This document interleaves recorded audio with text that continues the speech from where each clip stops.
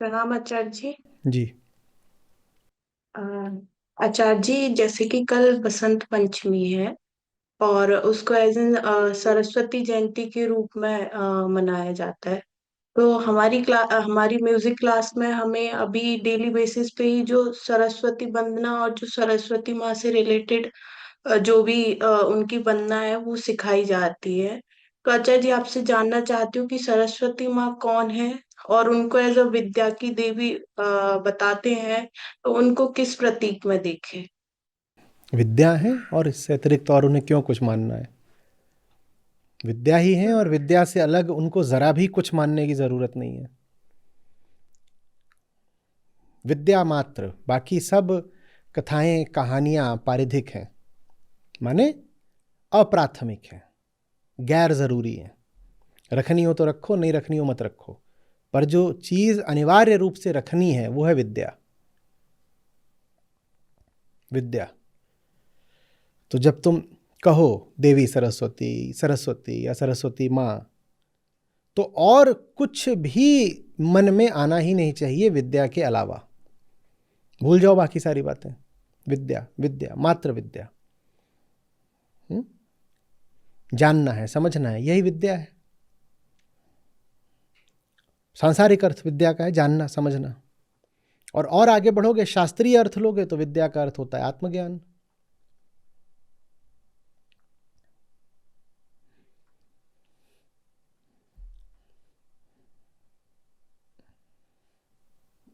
कुछ अटक रहा है क्या?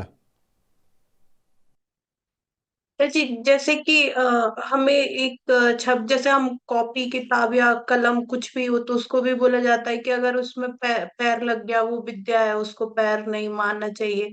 या फिर जैसे नवदुर्गा के टाइम पे आपने जो देवी का जो असली रूप है उस बारे में बताया था, तो मैं उसी संदर्भ में थोड़ा सा समझना चाहती हूँ कि वैसा ही कुछ होता है या फिर तब इसके अलावा। अब देवी सरस्वती हुँ?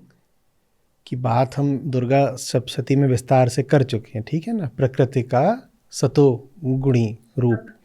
तो वो ठीक है, वो एक अलग है। वो जब उतने विस्तार में बात करेंगे तो कर लेंगे।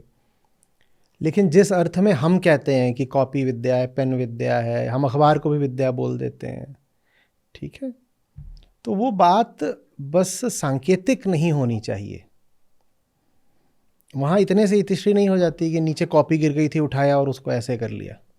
हालांकि ये हाँ अपने आप जी। में एक, मुझे नहीं लगता कि बुरा प्रशिक्षण है। ये अच्छी ही बात है। आप छोटे बच्चे को कह रहे हैं कि तुम्हारी कॉपी गिर गई है तो उठाओ तो उसके पाँव छू लो, इसमें कहीं से कोई बुराई नहीं है, ठीक है?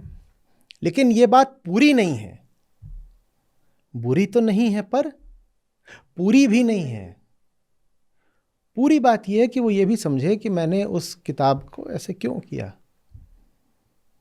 क्यों।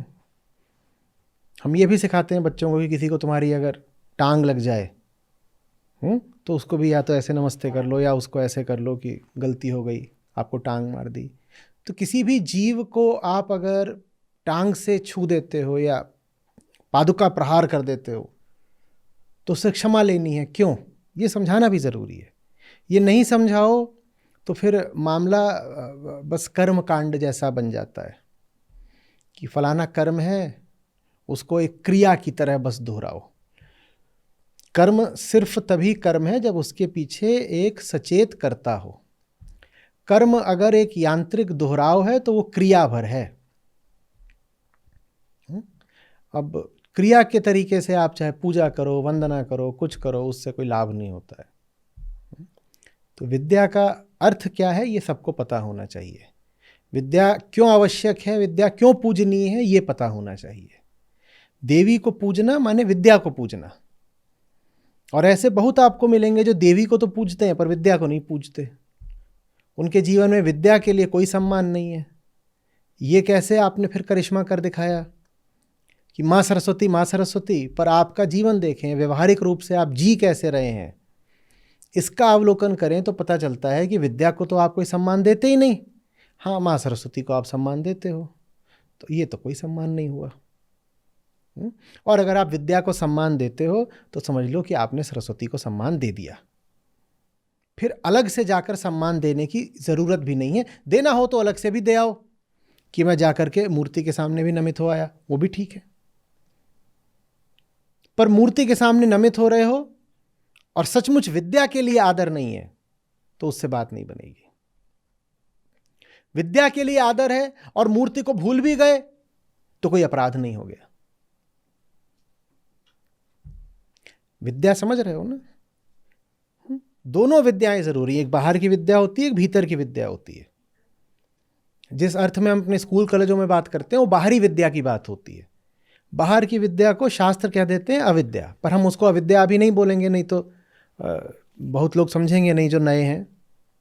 तो उसको एक को कह दो बाहर की विद्या, एक को कह दो भीतर की विद्या। भीतर की विद्या। ये दोनों विद्याएं बहुत जरूरी होती हैं। ये वेदांत की बहुत मूल बातों में से एक है कि न तो जगत को अजाना छोड़ना, अजाना माने अज्ञात, जिसको तुम जानते नहीं, न तो जगत को अज्ञात छोड़ना, न स्वयं को अज्ञात छोड़ना। तुम्हें दोनों को पता होना चाहिए ये सब क्या है और ये सब क्या है। वहां जो चल रहा है वो सब क्या है, यहां जो चल रहा है सब क्या है, और इन दोनों में आपस में संबंध क्या है। ये दोनों ही बातें पता होनी चाहिए। बाहर की विद्या भीतर की विद्या दोनों हो। उपनिषद कहते हैं जिसके पास ये दोनों ही होती हैं, बाहर की विद्या और भीतर की विद्या, वो मौत के डर से मुक्त हो जाता है और वो आनंदित होके अमरत्व का जीवन जीता है। माने जो सबसे मौज का, स्वतंत्रता का, मुक्ति का जीवन जिया जा सकता है वो वैसा हो जाता है जिसके पास दोनों विद्याएं होती हैं, अविद्या और विद्या।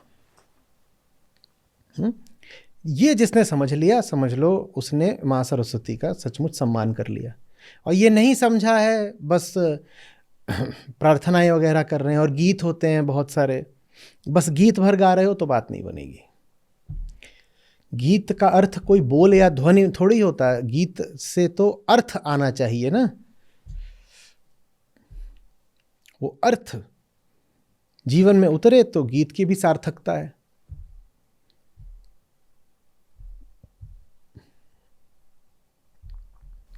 हम असल में जो गुण होते हैं ना, मूर्त, उन पर ज्यादा ध्यान देने लग जाते हैं। हम कहेंगे वर दे वीणा वादिनी वर दे, तो ध्यान विद्या की जगह वीणा पर चला गया कि वीणा वादिनी है। अब वीणा से क्या होगा?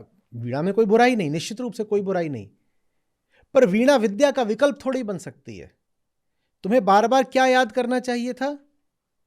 विद्या। और उसकी जगह तुम बार बार बार बार एक संगीतात्मक तरीके से क्या दोहरा रहे हो? वीणा। तो इससे तो कुछ नहीं होगा। और कोई कह रहा है कि अच्छा उनका वाहन क्या होता है ये पता होना चाहिए। कोई कह रहा है उनका और ब्रह्मा जी का रिश्ता क्या था। तुम्हें पता है बड़ी खुफिया बात है, कोई उसको लेकर के कहानियां बता रहा है। इससे क्या होगा? बात तो विद्या की है।